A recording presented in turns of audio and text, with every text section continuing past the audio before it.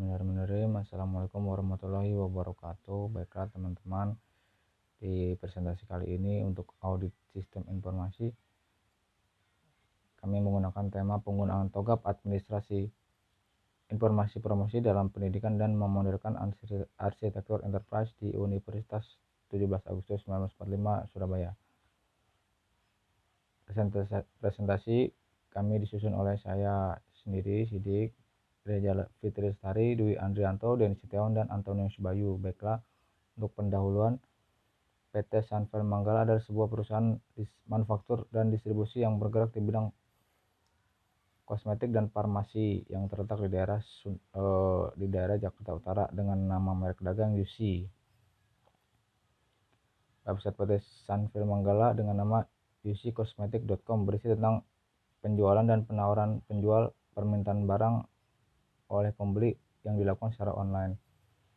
Baiklah, untuk slide berikutnya kami persilakan untuk rekan kami Andri.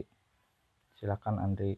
Terima kasih Mas Sidik atas waktu yang diberikan. Di sini saya menjelaskan identifikasi masalah.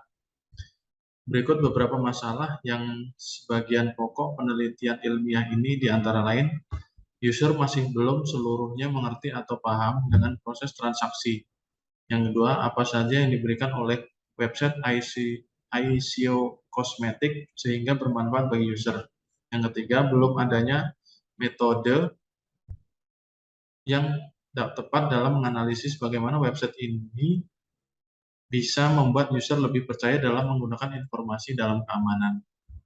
Berikutnya adalah rumusan masalah. Berdasarkan hasil identifikasi masalah, maka rumusan masalah sebagai berikut.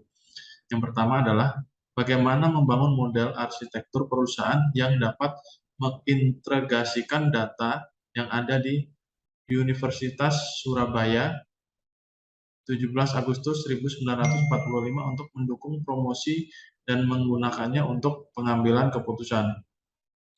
Yang kedua, aplikasi apa yang dapat membutuhkan untuk mendukung layanan pendidikan dan proses bisnis organisasi. Yang ketiga, bagaimana roadmap rencana implementasi tersebut membantu Universitas Surabaya pada tanggal 17 Agustus 1945 dalam menerapkan sistem informasi.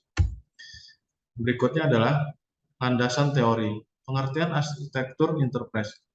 Enterprise arsitektur merupakan sebuah rencana perekaman blueprint atau cetak biru dari sebuah kerangka susunan pengaturan kelompok fungsional data, protokol logika fungsional, teknologi integrasi yang didapat melalui sumber IT yang dibutuhkan untuk dapat mendukung fungsi bisnis atau misi organisasi atau perusahaan. Berikutnya, landasan teori dijelaskan oleh Kak Reza. Terima kasih. Yaitu landasan teori. Di sini saya akan menjelaskan sedikit tentang pengertian TOGAF ADM. Nah, kepanjangan TOGAF yaitu The Open Group Architecture Framework, yaitu merupakan kerangka kerja arsitektur yang memberikan sebuah metode beserta tools untuk memudahkan perusahaan pada proses memproduksi, penerimaan, penerapan, dan pemeliharaan suatu enterprise arsitektur. Selanjutnya di sini ada sebuah gambar, yaitu gambar dari siklus pengembangan metode TOGAF ADM. Nah, di sini ada 8 requirements management, yaitu yang pertama ada arsitektur vision, business arsitektur, information system arsitektur, teknologi arsitektur, opportunities and solutions, migration planning, implementation governance, arsitektur, change management.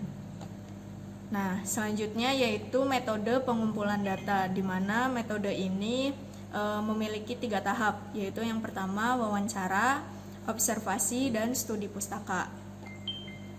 Untuk yang pertama yaitu wawancara, pihak administrasi akademik yang merupakan pengelola sistem informasi akademik yang saat ini memenuhi kebutuhan terkait dengan manajemen akademik Universitas Surabaya 17 Agustus. Yang kedua yaitu ada observasi. yaitu pengumpulan data dengan melakukan pengamatan langsung pada proses dan kegiatan sejauh mana teknologi informasi digunakan untuk membantu kegiatan akademik dan non-akademik Universitas Surabaya 17 Agustus. Selanjutnya yang terakhir yaitu ada studi pustaka. Metode ini mengumpulkan data dari perpustakaan sebagai referensi. Metode penelitian kepustakaan dilakukan dengan mengumpulkan data dan informasi untuk referensi internal. 7 pemodelan arsitektur perusahaan semacam ini berasal dari jurnal penelitian, publikasi penelitian, artikel, situs internet, dan sumber informasi lainnya yang berkaitan dengan penelitian ini. Selanjutnya akan saya serahkan pembahasannya yaitu kepada Kak Deni. Terima kasih. Pada metode perencanaan arsitektur enterprise, penulis menggunakan tabel administrasi yang terdiri dari 7 fase, yaitu A. Preliminary fase, B. Arsitektur vision, C. Bisnis arsitektur, D. Informasi sistem arsitektur, E. Teknologi arsitektur, F. Opportunities and solution, Y. Migration planning, H. Implementation governance, I. Arsitektur change management, dan terakhir recruitment management. Hasil dan pembahasan. Dalam penjelasan ini akan dibahas secara singkat bagaimana cara menggunakan metode TOGAF administrasi untuk merancang struktur sistem perusahaan pendidikan tinggi yang sesuai dengan kebutuhan perguruan tinggi, yaitu mudah digunakan dan jelas untuk memberikan layanan informasi kepada stakeholder dengan merumuskan strategi promosi perguruan tinggi yang dapat diperlukan data yang akurat tentang status perguruan tinggi serta informasi yang akurat dari stakeholder yang ada. Oleh karena itu, desain arsitektur enterprise ini dapat digunakan sebagai pedoman dan pengembangan sistem informasi untuk mendukung tujuan organisasi. Baik, terima kasih. Sekian dari saya. Sekarang kita akan coba melihat tentang gambar value chain perguruan tinggi, di mana ada 2, yaitu pendukung dan utama. Pada bagian pendukung terdiri dari manajemen sarana prasarana, manajemen sumber daya manusia, manajemen keuangan, pembijaman mutu akademik, dan program pengembangan. Pada program pengembangan ini dibagi 2 menjadi promosi dan kerjasama.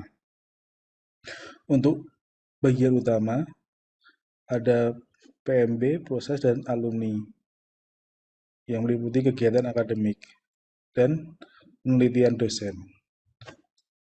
Next. Berdasarkan hasil pembahasan penelitian ini, maka dapat dihasilkan sebuah kesimpulan, yaitu 1. Metode TOGAF merupakan metode desain arsitektur perusahaan lengkap yang dapat disesuaikan untuk memenuhi kebutuhan universitas. Syarat untuk mengembangkan arsitektur bagi perguruan tinggi dan lembaga lainnya adalah perguruan tinggi harus memiliki aturan dan prosedur yang jelas agar proses bisnis yang akan dijalankan. Yang kedua, sebagai perguruan tinggi yang sedang berkembang, mengingat persaingan antara perguruan tinggi semakin mendesak, maka perlu memperhatikan strategi fungsi promosi dan promosi. Oleh karena itu, diperlukan data yang akurat untuk membantu pihak manajemen menyediakan data mendukung, sehingga dapat mengambil keputusan dan strategi yang sesuai dengan yang diharapkan. Yang ketiga, menghasilkan rencana arsitektur perusahaan yang dapat digunakan untuk mengembangkan aplikasi yang mendukung fungsi bisnis organisasi. Demikian presentasi dari kelompok kami. Jika ada kurang dalam menyampaikan materi, kami mohon maaf. Sekian, terima kasih.